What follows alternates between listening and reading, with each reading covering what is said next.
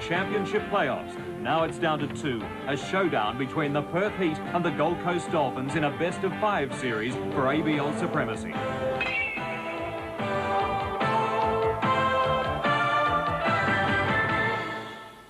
Welcome to Perth and our coverage of Game 1 of the ABL Championship playoffs. And what a series it should be between these two very strong teams, the Perth Heat and the Gold Coast Dolphins. If we look at the league ladder, Perth have had a remarkable season, winning 36 games and losing only 11, while the Dolphins had a 28-19 record to finish second, edging out the Waverley Reds and Brisbane Bandits. Behind them were the Adelaide Giants, the Melbourne Bushrangers, the Sydney Wave and Sydney Blues.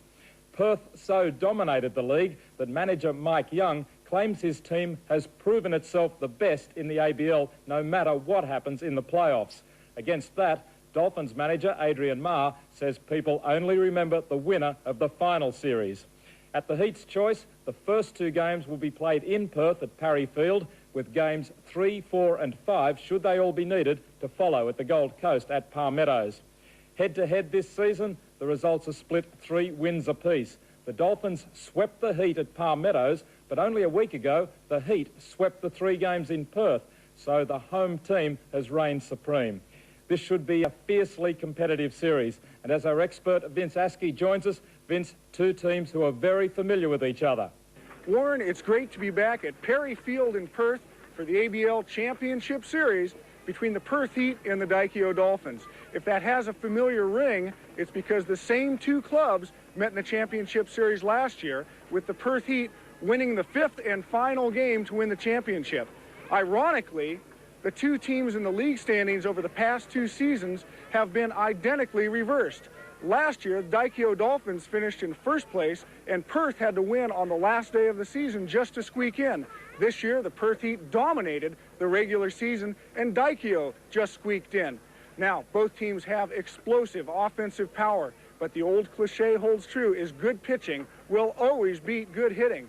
And we have 2 of the very best pitchers in the league here today. For the Perth Heat, it's Kip Yawn, the young fireballing right-hander on loan from the Baltimore Orioles.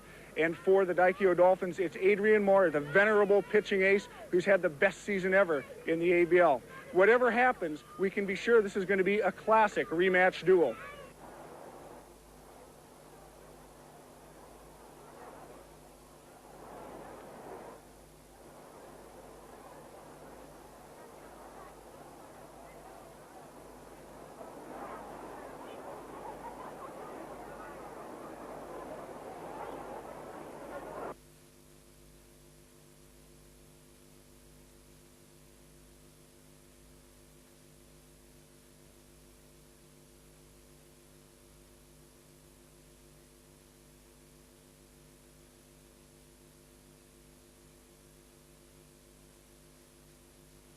Second up for the Dolphins is the designated hitter, David Nilsson. Through the latter part of the season, once Nilsson came back from injury, he has been used at number 2 in the lineup by Adrian Marr. Yeah, Nilsson last year was the most valuable player of the ABL. And with the short season this year, he did not have enough plate appearances to be eligible for any of the league leaders in the statistics, but he ended up hitting .403, which was basically the best in the league. Now, Hardis down at first base with nobody out is a good threat to steal.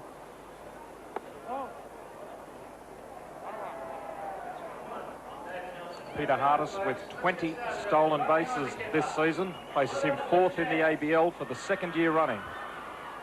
He is one of the better leadoff hitters. As I mentioned, he hit .352, which is uncommon for Hardis, as he gets run back by Yawn on the pickoff attempt. Hardis has always really been known for his defensive ability. This year he was a tremendous offensive producer, and anytime he gets on base, they're going to try to move him down with a steal.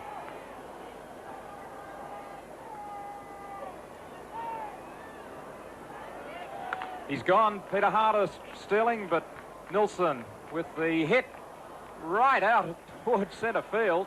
Off the fence, Nilsson with a stand-up double, and on third base is Peter Hardis. Well, Hardis was definitely going on the pitch, so it was probably a hit-and-run play or a run-and-hit. but Nilsson almost hit a home run. You can see right here, it's a breaking ball, and Nilsson goes down after it and goes to straightaway center field and hits the top of the fence, and it comes back in. One more centimeter, and that was a home run.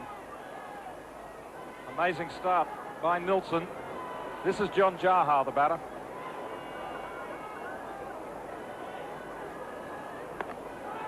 Swing and a miss for strike one. And that shows you the good fastball that Jan has right there, as he just blew the high hard one by Jaha. Kip Yorn, 22 years of age, born and lives in California.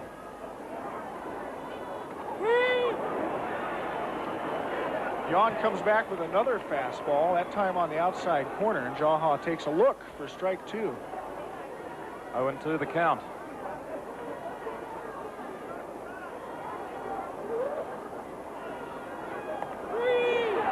Strike three. For the first out. Well, Jan doesn't waste any time with Jaha. You can see here, low and outside on the outside corner, a tailing fastball that comes back to catch the outside corner, and Jaha goes down looking.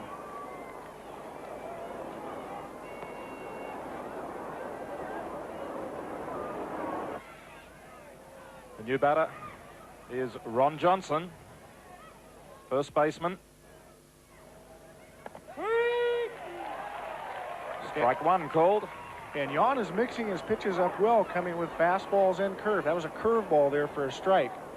You can see Johnson actually is an American. He's a naturalized Australian citizen now and has been living in Australia for about 8 years. He hits it foul out into this crowd, which must number around the 4,000 mark here at Parry Field. People were expecting a few more. Ron Johnson has played a total of 108 games in the ABL. Current batting average, .293.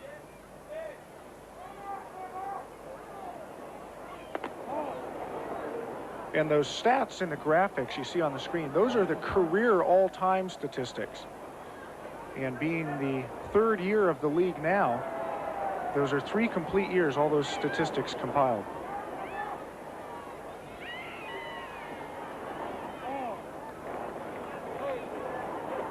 And Jan was ahead in the count there. 1 ball, 2 strikes. He tried to get Johnson to swing at a bad curveball low.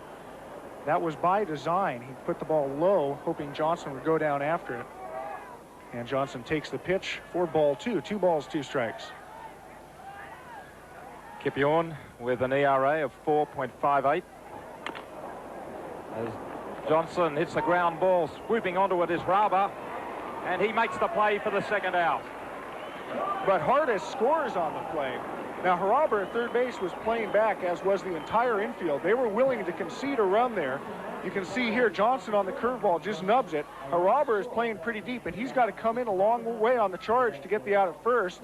But there's Hardis scoring the first runs for the Dolphins. So Ron Johnson gets an RBI, and the Dolphins take the lead. First run on the board. The new batter is Paul Gorman, with David Nilsson on third. And what a year Gorman has had. He really came out of nowhere to now lead the league in hitting in the final league statistics at .369. He also hit 7 home runs, and he really didn't play much in the first half. He only had 122 at-bats. Made appearances in 39 games this season for the Dolphins. You can see his career statistics there over 3 seasons. Gorman was the starting third baseman for the Dolphins in the first 2 years, and then early in this season the Dolphins tried John Jaha at third, and that's the reason that Gorman didn't get to play in the early going. Ground ball moving across to it. Peter Wood, the shortstop, and he makes the third out to end the inning. Well, Gorman hit the ball hard, a 2-hopper to Wood. Nothing results, just the 1 run scored. Peter Hardis making a good start for the Dolphins. Nilsson stranded on third base.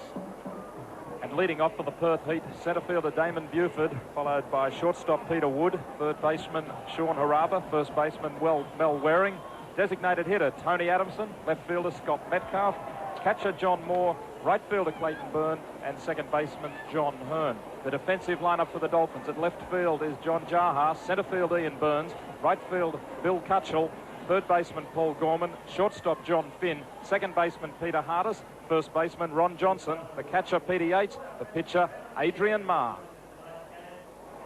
Adrian Marr on the hill for the Daikyo Dolphins at the bottom of the first. Damon Buford leading off for the Heat. And what a year Buford has had. One of the Baltimore Orioles import players. Buford was strong in almost every offensive category and a superb defensive player as well. As you see, a fastball from Marr, high and in for ball 2. No strikes. Adrian Marr, born in Lismore, now aged 32 years of age, an ERA of just 2.49. He has really had the best year of his life with 13 wins. That sets a new league record for this year. You see his career stats there, and that doesn't tell the whole picture. He has really been around the block, playing several years professional baseball in the U.S. with the LA Dodgers and also with the Milwaukee Brewers. His ERA this season, even better than the career average, 2.02 this season. And this game one is critical for the Dolphins because Marr, pitching in this game, has carried the Dolphins in so many games. Absolutely, Warren. He has 13 wins, and the Dolphins collectively only have 28. As you see, a line drive to left field by Buford. Falls in for a base hit. Jaha up with it into second base, and Buford leads off with a single. Buford got the bat on that. Well, Marr had a 3-2 count, so he had to come in with a fastball for a strike, and Buford is all over it, right in front of Jaha, who picks it up on one bounce and keeps Buford from going all the way down to second base. Which brings Peter Wood to the plate. Former Queenslander, played under Mike Young back in Queensland and followed him to Perth. Now, I think a balk has just been called. You see Buford now trotting down to second base. Adrian Marr went for the pickoff, and immediately the field umpire called a balk. Buford obviously a threat to steal every time he gets on base, and Marr was trying to keep him close. I think what may have happened there is Marr made a little movement. He tried to fool him with what's called a balk move. He just turned his hip in toward the plate and then went to first base, and that is a balk.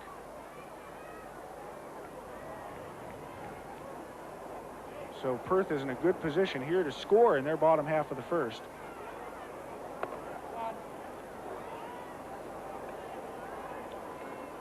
As I mentioned, Peter Wood from Queensland, but having a successful time with the Perth Heat. This is his second year with the Perth Heat. Actually, 2 years ago, or 3 years ago, he played with the Brisbane Bandits and was the Bandits captain for the 89-90 season. Represented for Australia at the Seoul Olympics. Now with Buford down on second base, here in Perth they have a term called the Buford factor, which means they try to figure out what the percentage of times he's going to score every time he gets on base. And I believe every time Buford gets on first base, he scores about 65% of the time. That's a pretty remarkable statistic. The count is 1-2, none out for the Heat. Buford on second.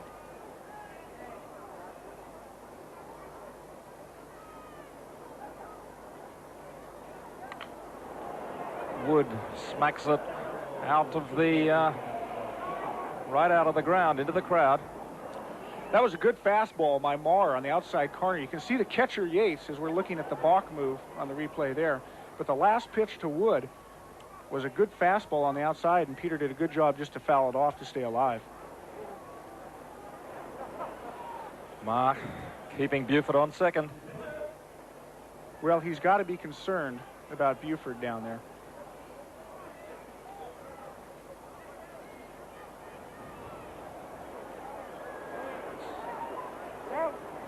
Must have just got a tip on it. No, he struck out. He missed it completely. With 2 strikes, Adrian Marr came in with a good breaking ball, very low and out of the strike zone, and he got Wood to swing at it and strike out. Peter Yates made a good play to keep the ball in front. You can see it here. It's going to be a sharp down-breaking curveball. It actually bounces into the glove of Peter Yates, who then has to make the tag on Wood to record the out. Getting the signals from catcher Peter Yates. Line drive straight to shortstop John Finn. Well, that was a very fortunate play for the Dolphins there. Buford was going on the pitch, and he had a tremendous jump. I think he had third base stolen. For the Dolphins, it's Ian Burns.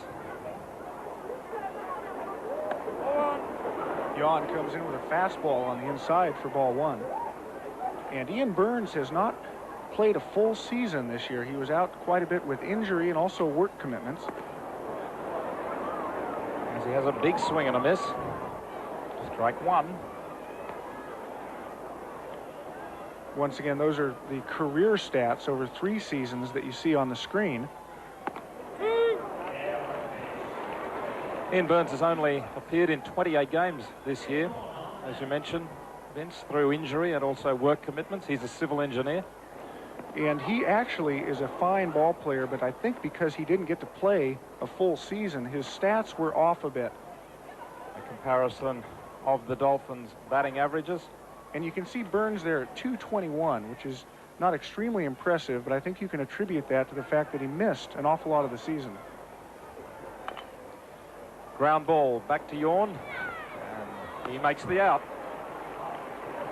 First out of the top of the second.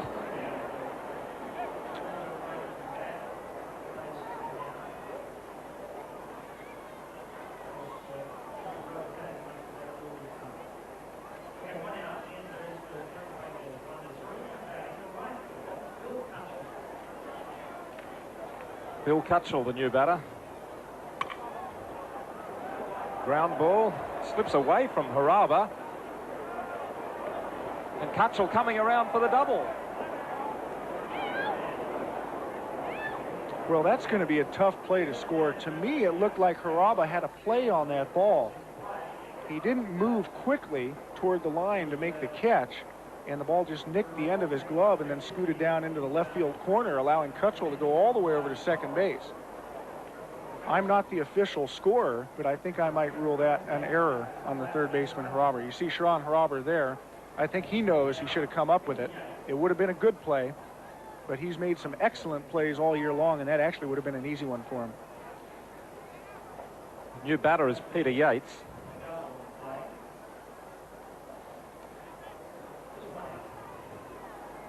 Yates hitting .273 on the year, 1 home run and 24 runs batted in. Hit by the pitch, and he'll get on base. Well, he didn't have a chance to get out of the way of that. That was a fastball that almost hit him square in the back between the shoulder blades. And the pinch runner comes out. It's Michael Nine to run for the catcher, Peter Yates. In the ABL, every time the catcher gets on base, he is allowed to have a courtesy runner. So Yates will stay in the game as the catcher, and the Dolphins send out Michael Nine to run for Yates. Runners on first and second as John Finn comes up to the plate. Batting average, .218, 2 home runs, 23 RBIs for John Finn this season. You can see the wooden bat used by Finn, indicating that he's one of the U.S. imports.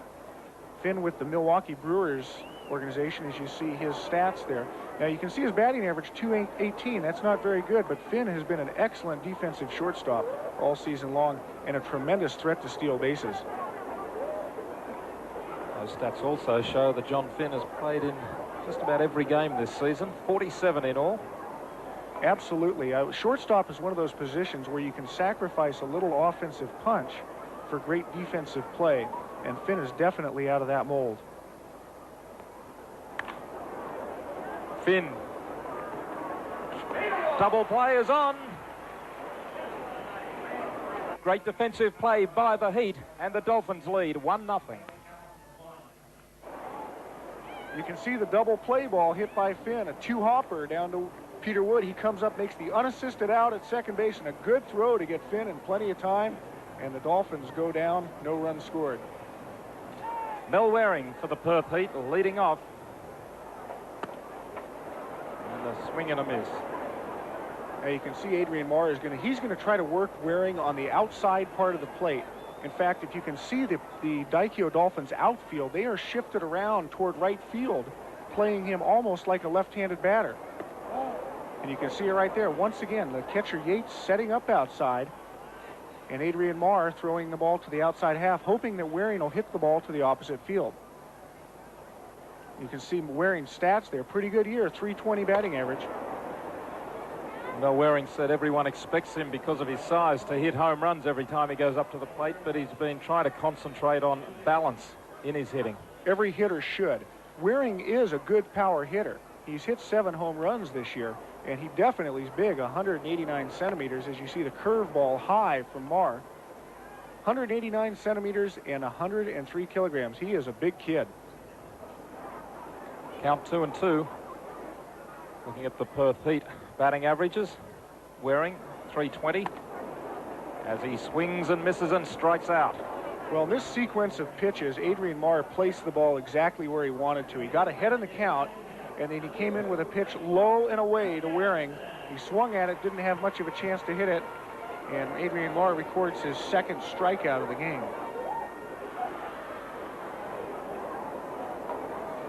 And here comes Tony Adamson stepping in.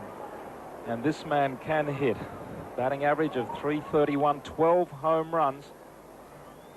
The leading home run and RBI all-time leader in the ABL.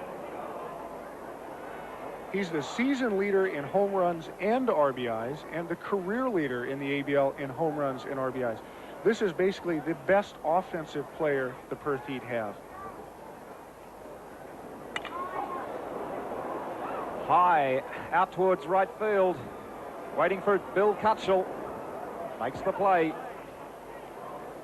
Well, Marr seems to have found his zone on his location here. He threw Adamson a curveball on the outside half, and the best Tony could do was lift a high fly ball, and Cutchell came in to make the easy play. The defensive positions for the Dolphins, and that catch taken easily by Bill Cutchell out at right field. Scott Metcalf, the batter. Adrian Marr concentrating hard. Fouled away by Metcalf.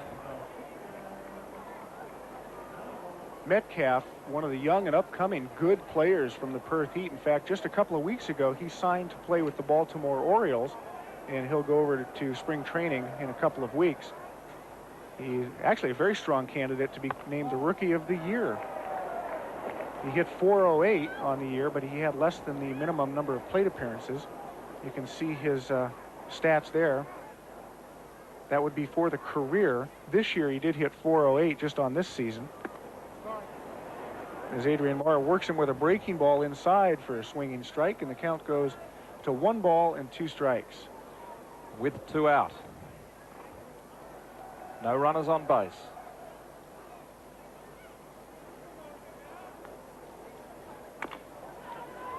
Ground ball, Johnson goes onto it, Marr across, makes the 3rd out.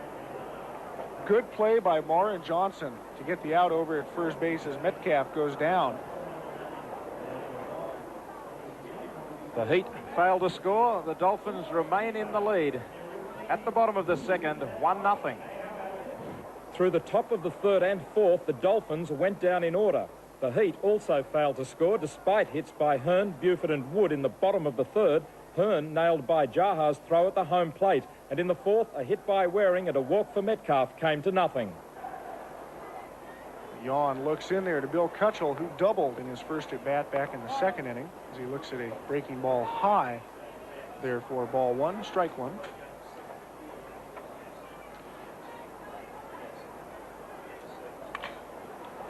As Cutchell pulls it out towards right field, base hit. Well, Cutchell got a good pitch to hit a fastball on the inside part of the plate, and he gets the bat through quickly and lines a good hard ground ball into right field to lead off the inning on first base for the Dolphins. First time they've had the leadoff runner aboard since the 1st inning.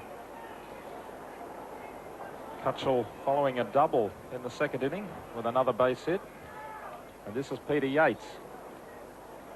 Catcher Yates is wiping some of that moisture off the bat.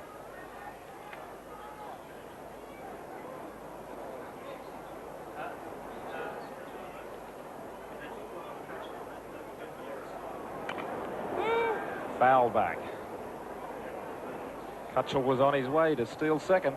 That was actually a hit-and-run play there, Warren, as the runner goes on the pitch like a steal, and the batter is trying to put the ball in play on the ground to move the runner Kutchel down to third base. You can see Yates on the year batting .273. Gets on base a lot, though, at .392 with 1 home run.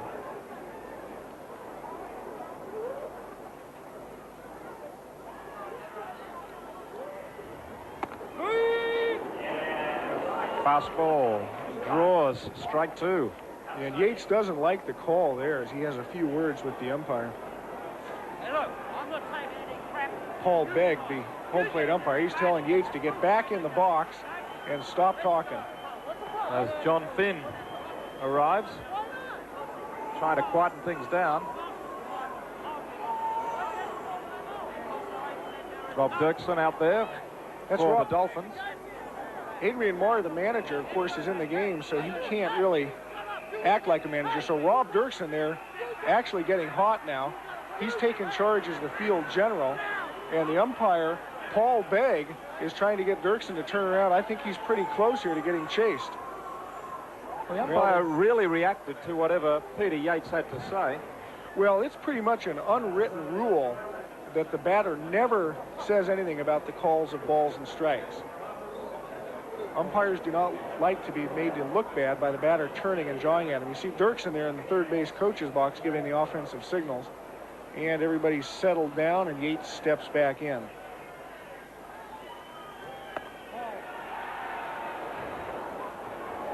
Well, outside the strike zone with that pitch, it's 1-2 the count. And the catcher, Moore, set up very far outside. I think they were thinking that if they just threw the ball anywhere close to the plate, they might get a called strike.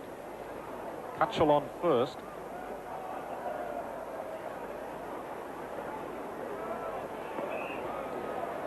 Ball 2. There's Dirksen. He's calmed down, as has everybody else. Well, Dirksen did a good job to get between his player and the umpire, because Yates was very close to being thrown out of the ballgame.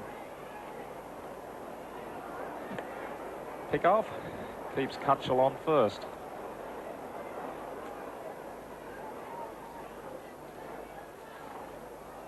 The rain's still trickling down. As you see, and that's Paul Begg there, the home plate umpire. Kutchel was on his way, but it's gone foul. As you see Kutchel there moving back to first base. He was actually a pitcher most of his career. He's an American. He counts as one of the 4 import players on the Dolphins, as we're looking at Rob Dirksen running the offense there. Dirksen's from the Milwaukee Brewers organization. And we look back to Yates. Kutchel's gone this time. The throw from Moore makes the play. Catcher John Moore with the throw.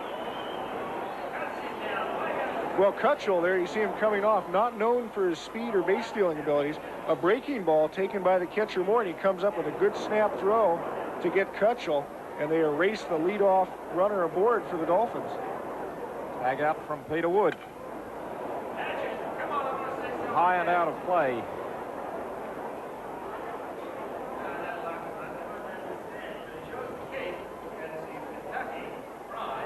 It's a full count. Peter Yates, the batter.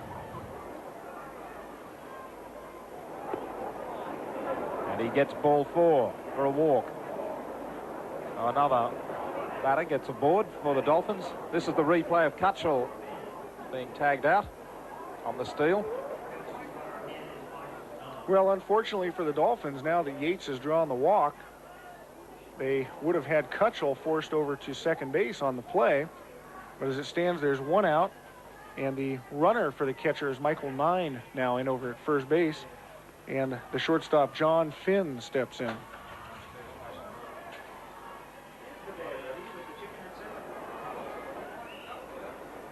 Finn hitting .218 through the course of the season, 2 home runs. He bunts down to first base, going foul. Finn has plenty of speed, but he was never going to get there if that one didn't go foul.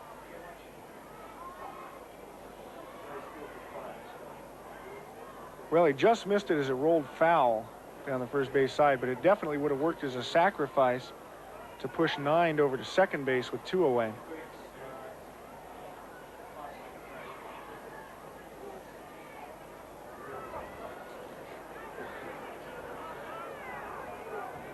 John Finn has 29 stolen bases, first in the ABL. As Michael Nine dives back, Kip Yorn keeping him honest. But there he is, Michael Nine, running for the catcher, Peter Yates. And back he goes again. Kip Yorn in 1990 played with Wausau Timbers in Wisconsin, where Mike Young was the manager. And then in 91, safe again. In 91, Yorn was at Frederick, Maryland, single A. You can see the replay on the pickoff, and the ball almost got away over there. A good pickup by the first baseman Waring to keep that ball from going back to the wall.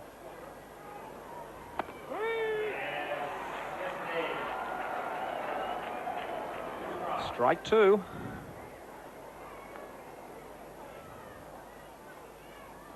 So it's 0-2. Yorn ahead in the count. And he's in a good position here to throw a ball low and unhittable, hoping to get Finn to swing at it. High as Nine tries to steal. The ball bouncing away. Well, Yon tried to throw the high, hard fastball. As you see, Nine breaking on the pitch to steal. He goes in head first, and this ball comes dangerously close to his head. It hits him. It almost hit him, I think, maybe right in the face. He popped up and is okay. So Nine gets a stolen base on the play. Another look at it from a different angle. Watch the ball as it comes in here. It hits the dirt and just misses the front of his face just by inches. Finn with the count at 1-2. Ground ball goes foul.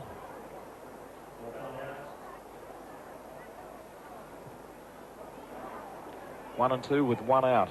And the runner on second, Michael Nine.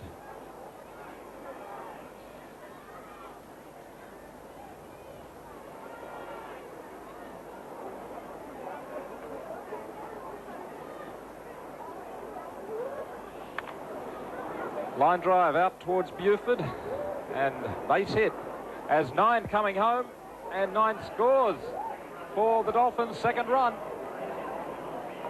Well, the second run for the Dolphins and a single RBI for John Finn. He didn't hit the ball hard. He actually got fisted on the inside. You can see the pitch here high and in, and he gets jammed on the hands, but he hits a little blooping single to center field. Buford, by the time he comes up with the catch to make the throw, Nine has now scored with ease. Here comes Nine. You can see Nine here coming around from third base, and there's not even a play at the plate as Nine scores the second run for the Dolphins. So credit Finn with a single and a run batted in. And this is Peter Hardis. Fouls it back.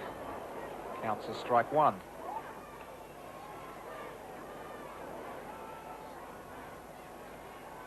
The rain just easing a little at the moment. And the Heat, down now by 2 runs, will be hoping the rain stays away. At this point, they're looking at an official game if it's rained out. So down by 2 runs, you bet they want to keep playing.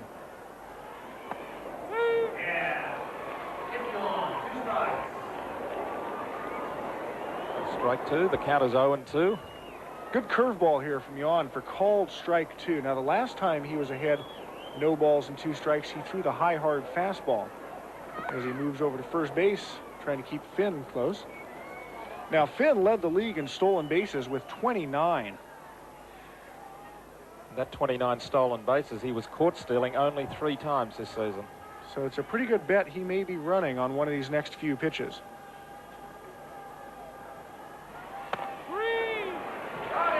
And that is strike 3 on Peter Hardis on the outside edge. Finn thought there was 3 outs. He started to walk off first base and almost got to the edge of the dirt here. As you see the fastball on the outside corner for Yon for strike 3 called. But for some reason, Finn got mixed up and he almost made a tremendous mistake. But with 2 outs, Finn remains over at first base now. And the batter, the ever-dangerous David Nilsson. Back goes Finn.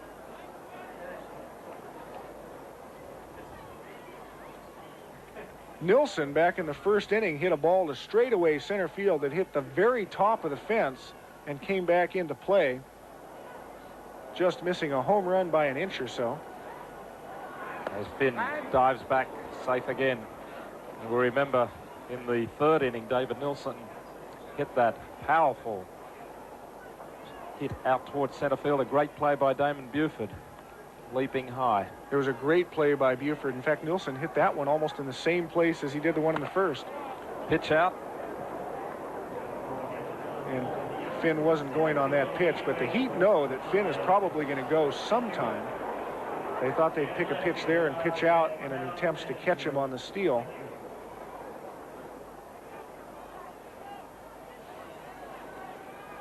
Nilsson, the double in the first and the fly out in the third, 1 for 2. The steal is on this time. Finn makes it. Got there well before the throw arrived from catcher Moore. He can just flat fly. Now, this is a tough pitch to handle for the catcher because it's very low. But you can see Finn, there's no chance even with a good throw. He just flies out there. So it's Finn on second. And David Nilsson, the batter, with the count 2-0.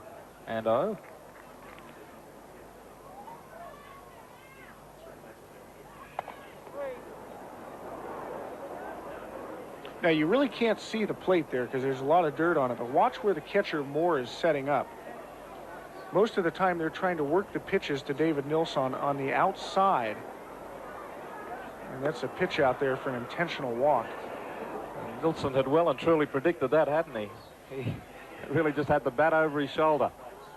Well, in that situation with 3 balls and no strikes and first base open, it made a lot of sense to put a hitter as dangerous as Nilsson. Just give him first base and try to work on the next batter. Now, this guy is no slouch. Jaha, one of the most feared batters in the league.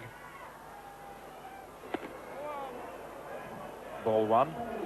Jaha with a batting average of .445 last season. The ABL batting champion. Of course, David Nilsson on first was the ABL's most valuable player. It's interesting when you look at John Jaha. He hit .304, 7 home runs and 35 RBIs as he looks at a breaking ball for a called strike. And those stats that Jaha has are pretty darn good, but they pale by comparison to what he did last year. As you see the good breaking ball from Yon, low and away for called strike 1. Runners on first and second. On the inside for ball 2.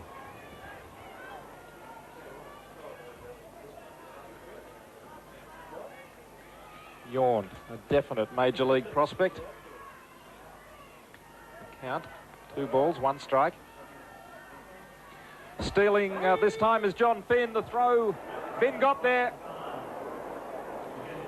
He's just so fast, John Finn. Well, another stolen base for Finn. Now, for some reason, David Nilsson stayed at first base on the play and did not advance down to second base. You can see Finn here takes a look, and he knows he's going to need a slide, but once again, he's in with ease. Down low. Not even close there at third base. David Nilsson didn't run on the play, and he remains over at first base. Jaha with the count of 2-2 and 2 out. Runners on first and third.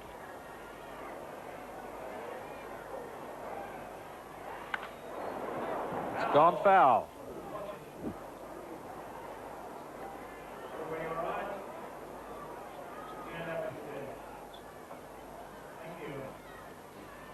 Jaha in '89 played in the California League, the most valuable player that year, and again at AA level in the Texas League last year, '91. Batting average of .345. As Yorn loses his footing again. Now, it must really be getting wet out there because he definitely slipped, and you have to attribute that to the rain. his spikes just did not catch and he slipped.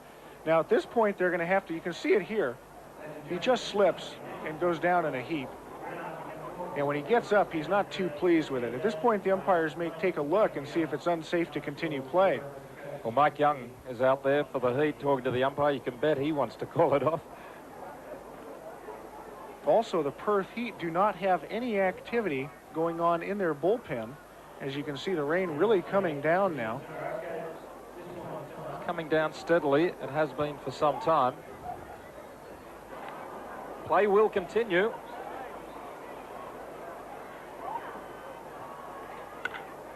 Jahar immediately takes hold of Yawn, and it's over the fence and out.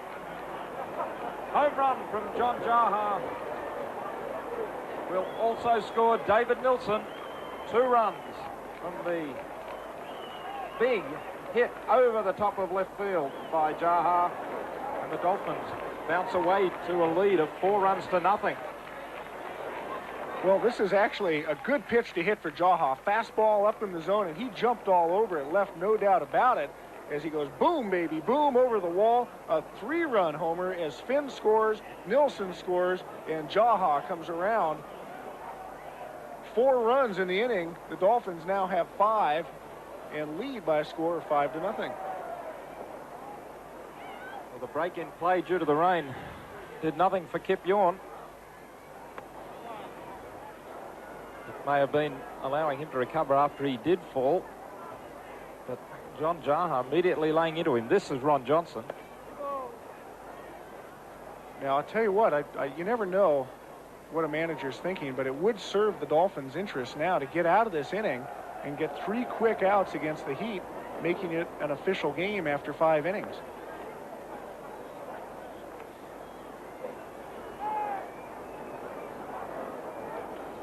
In this inning so far, Yawn has already thrown 33 pitches, so it's been a long inning for him. As Johnson, fly ball out towards center field in the end, as Buford is the one who takes the catch. Well, Johnson makes a good out for the Dolphins because that inches them closer to a complete game, but not before 4 runs are scored and 3 on the home run by Jahar. 5 runs from 6 hits for the Dolphins, no runs from 5 hits for the Heat. In the bottom of the 5th, the Buford double was the only glimmer for the Heat, and again they failed to bother the scoreboard. The Dolphins could do no better, retired in order in the top of the 6th. We joined the Heat, down 5-0 in the bottom of the 6th. And leading off for the Perth Heat at the bottom of the 6th, Sean Harava. Into the dirt from Marr for ball 1. As Adrian Marr has pretty much controlled the game through his 5 innings pitched. He's thrown 74 pitches, 29 for balls and 45 for strikes. Fouled back for strike 1. Marr has struck out 6 and only walked 1 thus far. As you see the replay on the foul ball, a fastball fouled back and out of play.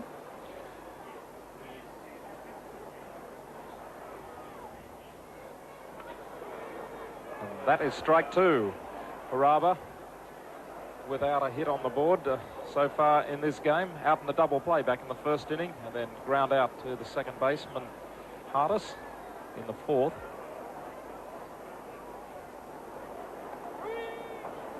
And that is strike 3. Harava goes back to the dugout looking over his shoulder. He's not happy with the call. But Marr wastes no time in coming in with a 2-strike curveball on the inside corner to get the called strike 3 in the 1st out. And that brings Mel Waring up to the plate.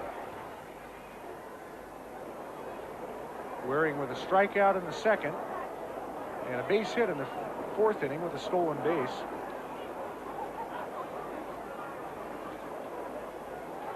And Waring came through. Here's a replay.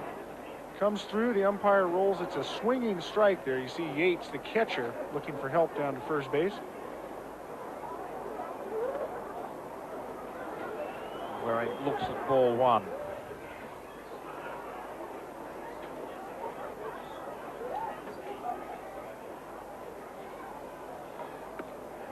Did he come through that time?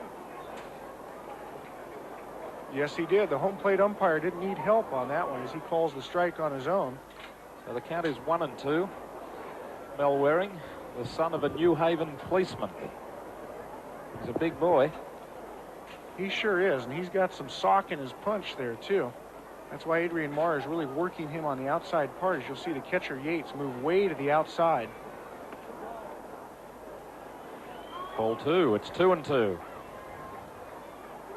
You can just see the outline of the plate there, but watch where Yates sets up. He's either going to set up way outside, and there he goes. It's 3-2. Marr doesn't want to take a chance on putting a pitch down over the middle of the plate to this guy. He's worked the outside. Now he may work the inside part. And you see Yates move to the inside. Fouled back. Adrian Marr looking at the best of the ABL pitching ERAs. Marr on top with 2.02. Here's what Adrian Marr is trying to do. You can see this pitch, he's trying to get in on the fists. And his control has been spot on.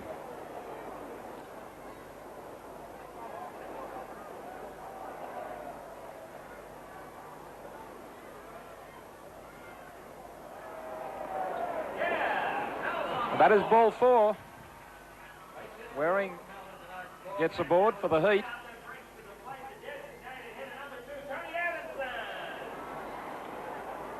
Well, Marr just misses low. The ball actually hits the plate, and Yates makes the stop. But that's ball 4, and with one away, Waring goes down to first base. And catcher Peter Yates, the captain of the Dolphins, comes up and has a chat with his pitcher manager, Adrian Marr. Has thrown 84 pitches. And once again, anytime a starting pitcher gets up around the century mark, throwing 100 pitches or more, they start taking a very close look at him, and it's time to consider a relief pitcher. Although I was talking to Adrian before the game, and he is such a competitor that I think that he will stay in the game as long as he possibly can to nail it down. Adamson fouls it high. It's just out of play, as Ron Johnson and Peter Yates were racing after it for the Dolphins. Tony Adamson, the Heat captain and last season's Heat MVP. Marr puts a fastball in on the hands, and a foul pop up there. Yates and Johnson both giving chase, but to no avail as the ball goes out of play.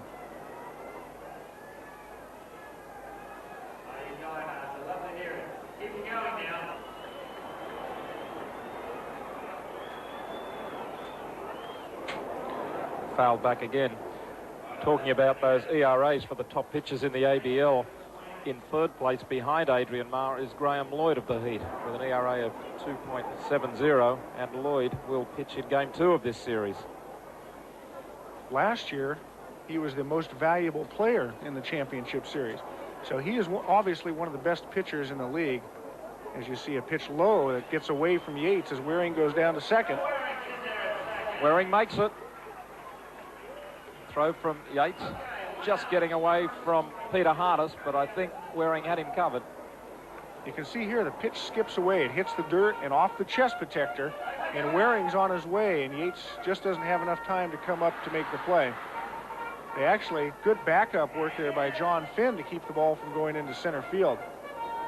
Watch here, the throw from the catcher Yates is in the dirt, comes up, and Finn has got to pick it up on the backup, or else Waring may end up over at third base.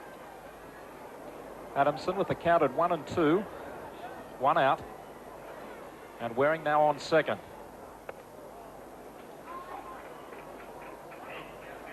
Call the ball, it's 2-2.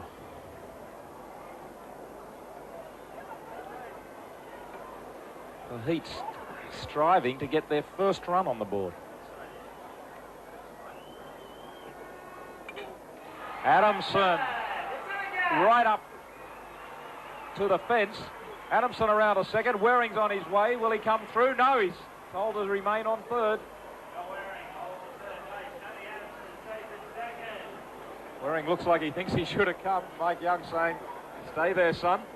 Well, I thought he probably could have been safe. You can see the breaking ball on the outside. Tony Adamson goes the opposite way very well, driving the double up against the wall in right center field. Now, Waring may have had a good chance to score, but when they're chasing 5 runs, you don't really want to take a chance. You can see Waring here now going to third, but Mike Young is going to hold him up for the reason that they don't need to take a chance on this one run. They're better off trying to get a couple of runs in bunches rather than wasting an out at the plate. Scott Metcalf, the batter.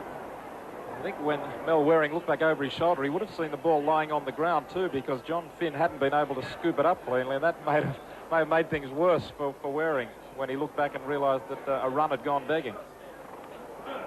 Metcalf hits high, Hardest calling for it. Makes the play.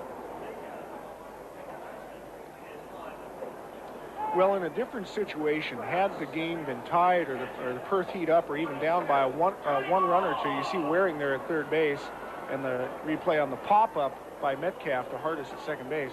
But going back to that play, holding Waring up, down by 5 runs, the one run is a little bit risky to try to get if you think there's going to be any chance of him being out at the plate.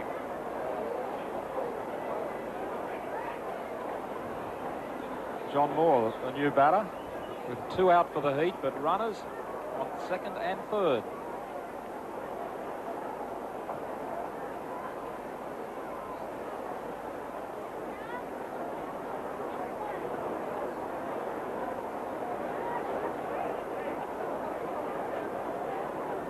Moore looks at ball 2. Important time here for the Heat.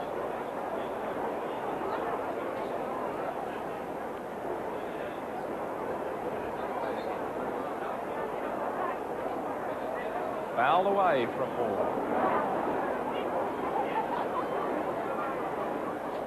Moore with a batting average of .317. 41 at-bats for the year. Just the 1 home run.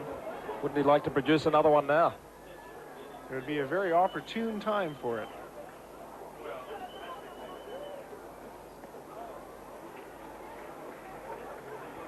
Adrian Marr just grits his teeth as it's ball 3. 3-1 the count. Curveball is in the dirt there. Yates with a real fine pickup to keep the ball in front. Ball 4. A walk for John Moore. Loads up the bases. As Clayton Byrne readies himself to step into the batter's box.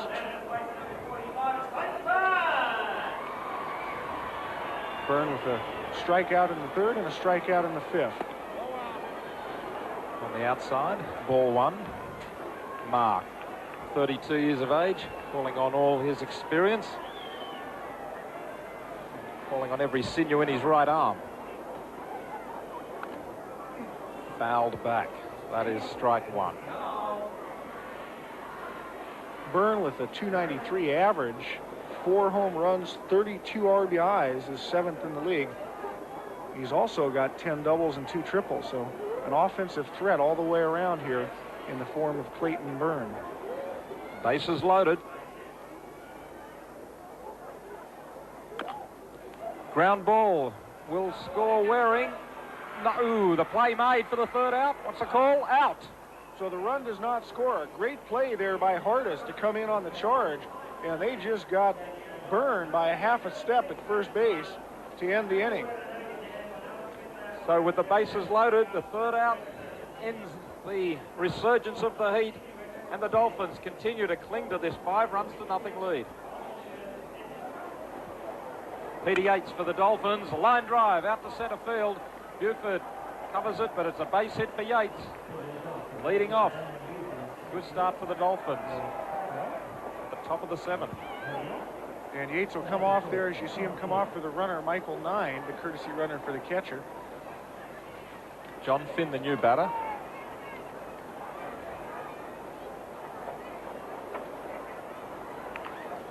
The bunt from Finn advances Michael Nine, and Finn gets on base as well. Well, it was a good situation for a sacrifice bunt, but with the speed of John Finn, you can see he squares fairly early. Even though it's a sacrifice situation, he lays it down and has plenty of time to scoot on to first base, and that counts as a single for John Finn, and the runner Michael Nine advances down to second base. Finn gets those feet moving like the Roadrunner, doesn't he? He's about the fastest base runner I've seen in the ABL this year. Peter Hardis, the batter, at the top of the batting for the Dolphins, shaping to bunt. And it's another good situation here for a sacrifice bunt, as you saw Hardis square and indicate that he might try to lay one down.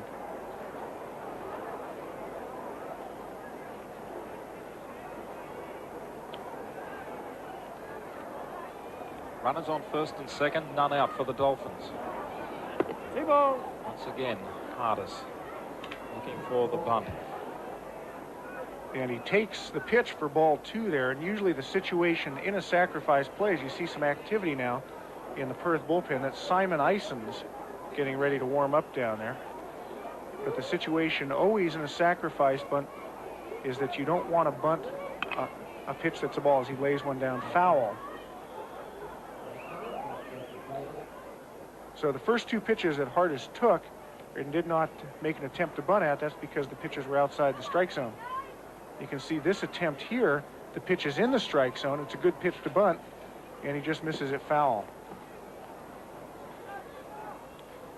There's Peter Hardis with David Nilsson on deck.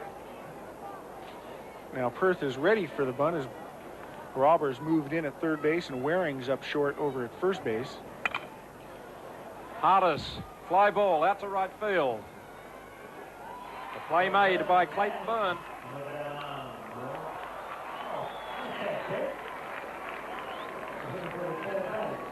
Well, Hardis is out on the fly out for the first out, and then on the relay you see Peter Wood. He had to jump as high as he possibly could to pull that throw down as Wood trots back to his position at shortstop. David Nilsson hits this high. Fly ball, Buford at center field. Takes the catch. Well, the very ominous threat of David Nilsson at the plate goes down for an easy out as he chooses to swing at the first pitch. It was actually a good pitch to hit a fastball right down the middle of the plate. Nilsson just gets underneath it, lifts the high fly ball, which is an easy play for Buford in center field, and that's out number 2. Jaha, the batter. Runners on first and second. And Jaha with the big home run in the 5th inning, scoring 3 runs. Runners on first and second were there with none out. Now there's 2 out. Fly balls from Hardis and Nilsson. Called strike 1.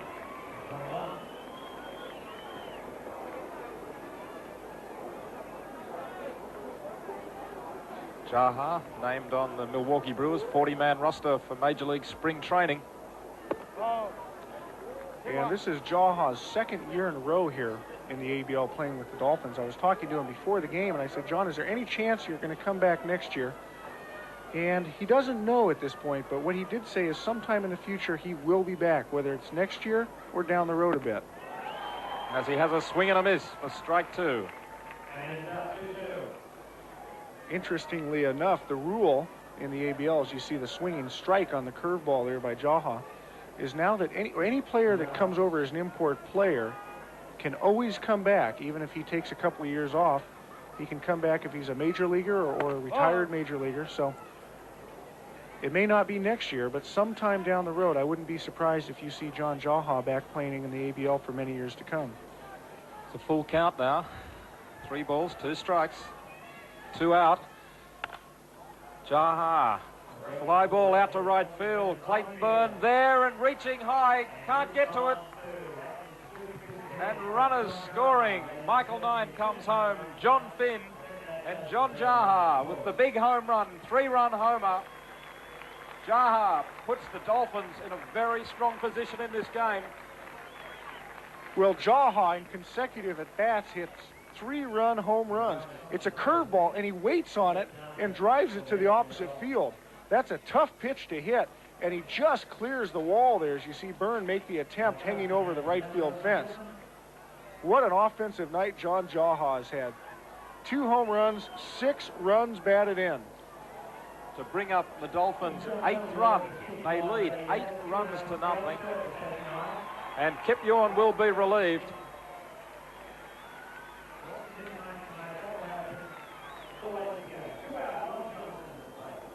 And it's Simon Isons taking over on the mound. Relieving Kip Yorn, Ron Johnson, the batter. Simon Isons, born in Liverpool, in England, 24 years of age. And an earned run average, 3.37. That's his career ERA, 3.37. This season, 3.90. 5 wins, no losses, and 2 saves for Isons this season. And I've just been handed the pitching stats on Kip Yorn by our statistician, Darrell Moyle. He left the game after 6 2/3 innings. He gave up 8 runs on 8 hits. He had 110 pitches total. 45 of those were balls and 55 were strikes. He had 2 walks, 5 strikeouts, 1 error, and 1 hit by pitch. Johnson fouls it back, and it's a full count now, 3-2.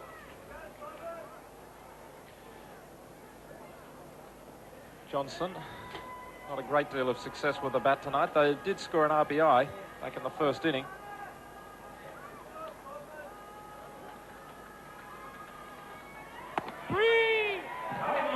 Strike 3. Johnson doesn't like it. The Heat do. Johnson's Hitters Scott Steed and James Waddell. Waddell singled and Catcher Moore drew a walk, but all for nothing. The score remains 8-1. to the top of the 9th. The Dolphins in command, but first out quickly made. As Peter Yates swings at the first pitch there from Tonkin, right at Peter Wood at shortstop. So 1 pitch, 1 out now for the Dolphins as John Finn will step in. Here's the replay on the good line drive by Yates, but he happens to hit it right at Peter Wood, and as quickly as he's up, there's 1 away. As John Finn, strike 1.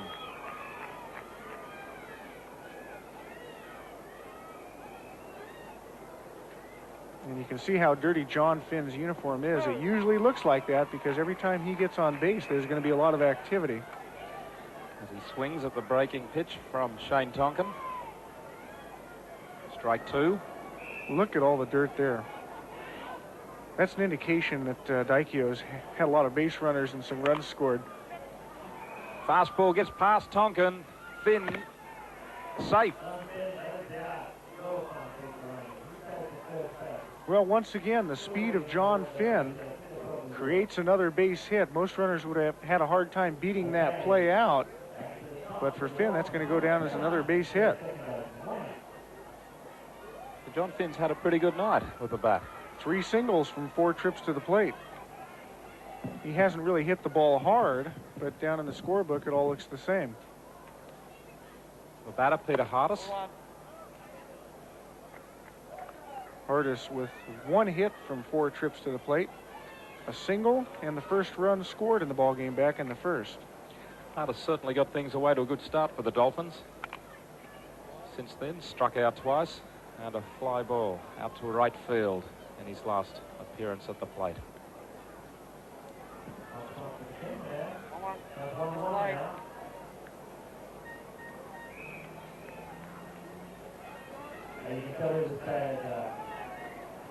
The crowd has thinned in the rain.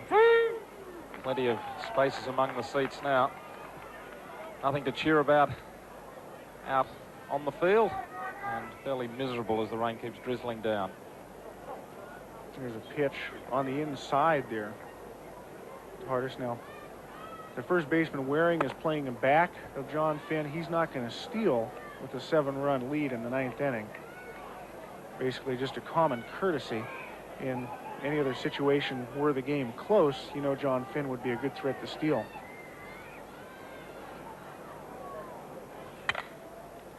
Hardis goes foul. Wide of the foul line, on the full.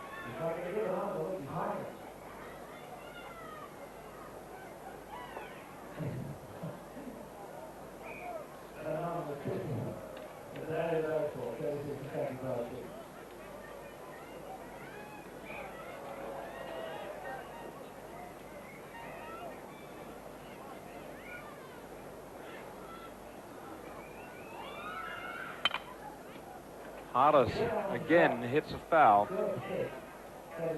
Yeah, and he chased after a bad pitch there, as that was definitely up and away out of the strike zone.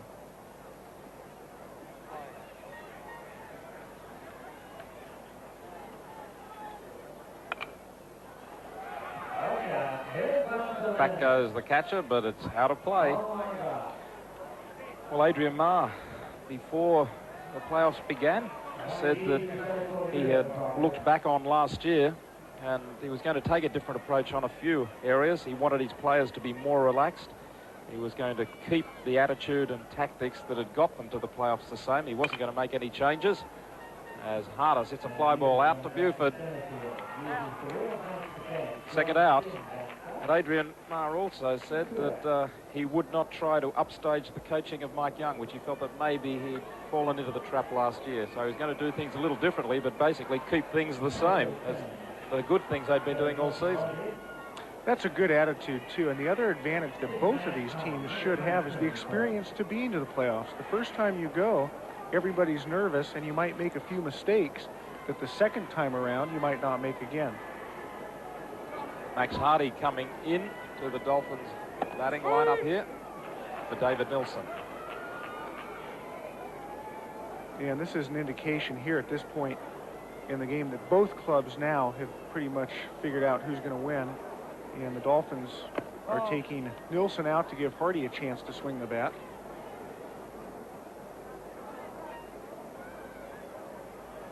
Hardy has actually had a pretty good year for the Dolphins. His first year with the Dolphins, he came up from the Adelaide Giants last year as he swings and misses for a strike. Hardy hit .283 on the year. 24 years of age, from the Northern Territory originally, Max Hardy. So he's traveled around a bit. And you can see his career statistics, .286 over lifetime. That's pretty good.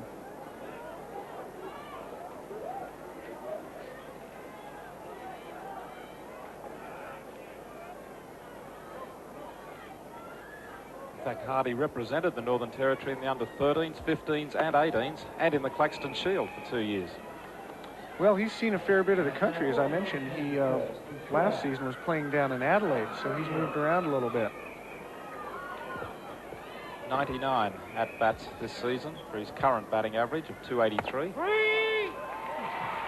But Max Hardy's trip to the plate, not a very successful one, as he strikes out for the third out. And this game really just winding down with the Dolphins leading 8-1 at the middle of the ninth. Peter Wood for the Perth Heat. At the bottom of the ninth, last chance for the Heat to pick up some respectability in this game and gain a bit of confidence for game 2 tomorrow night. Well, they definitely have their work cut out for them if they're going to do anything for the remainder of this game. Peter Wood, the 31-year-old shortstop for the past 2 seasons with the Perth Heat. He came over from the Brisbane Bandits, where he lived in Queensland for many years. As you see, Scott Robinson trying to close the door in the bottom of the ninth. Ground ball, Robinson's got it, and Ron Johnson makes the first out. Well, it was a fine play there by Robinson as he moved off the mound quickly to pick up this ground ball. We can see here a high bouncing ground ball, and Robinson moving to the first base side well. Makes a good glove play and the easy throw to get out number 1. Michael Moyle, the batter. A few changes in the outfield for the Dolphins. Michael Nine now at left field. Mark Buckley at center field. And Michael Nine is probably a better defensive outfielder in left field than John Jaha would be, so that's the reason to make the shift there. As you see, a ground ball, a tough ground ball muffed by Finn at shortstop. And Moyle will get down to first base on what will probably be ruled an error on John Finn. That would be the first Dolphin error of the game. Finn tries to back up on it, and he gets a tough medium hop, and he just doesn't have his glove in a proper position to make the play. He's not real happy with himself, as you can see there. May have just skidded a little as the surface could be a little wet. Also, there are some seams on this AstroTurf surface which are worn, and there are going to be some awkward bounces. Yeah, this AstroTurf infield is almost or about 10 years old, and it's in dire need of being replaced. At this point, there are some bad spots that are going to create some very tough hops for the infielders. As you take a look at Mel Waring with a dirty uniform for himself tonight, he's been in the dirt quite a bit, and he actually shook himself up a little bit down at second base, sliding in head first. Pop up. Finn and Hardis, they're almost run into each other. Hardis takes the catch for the second out. Good pitch by Robinson to get Waring in on the hands to jam him a bit. You can see the pitch here comes inside, and Waring lifts a high fly ball. Finn and Hardis both converge, but Hardis makes the play, and there's 2 away.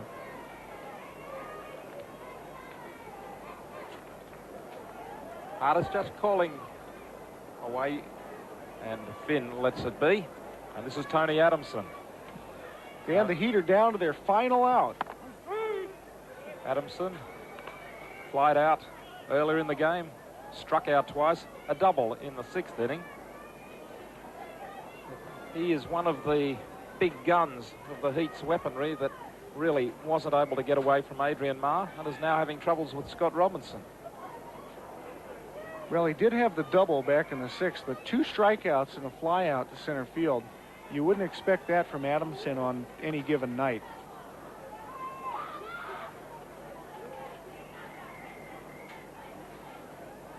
The Heat with 2 out.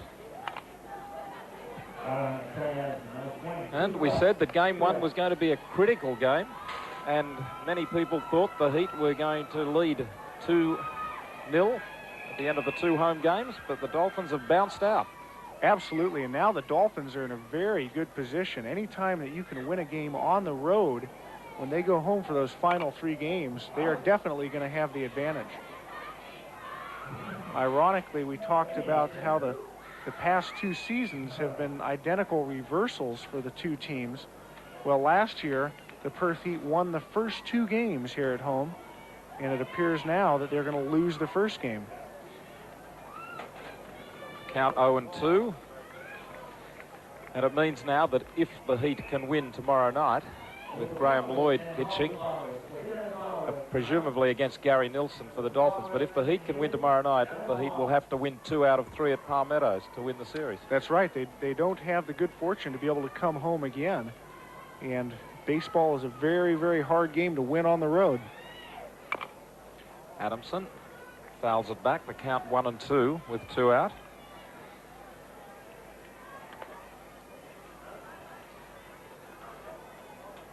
It'll actually be very interesting to see how quickly Adrian Marr can bounce back, because if he's feeling like he can pitch on Tuesday night at Palm Meadows on the Gold Coast and he has another good outing, well, then the Perth Heat is definitely going to be in trouble.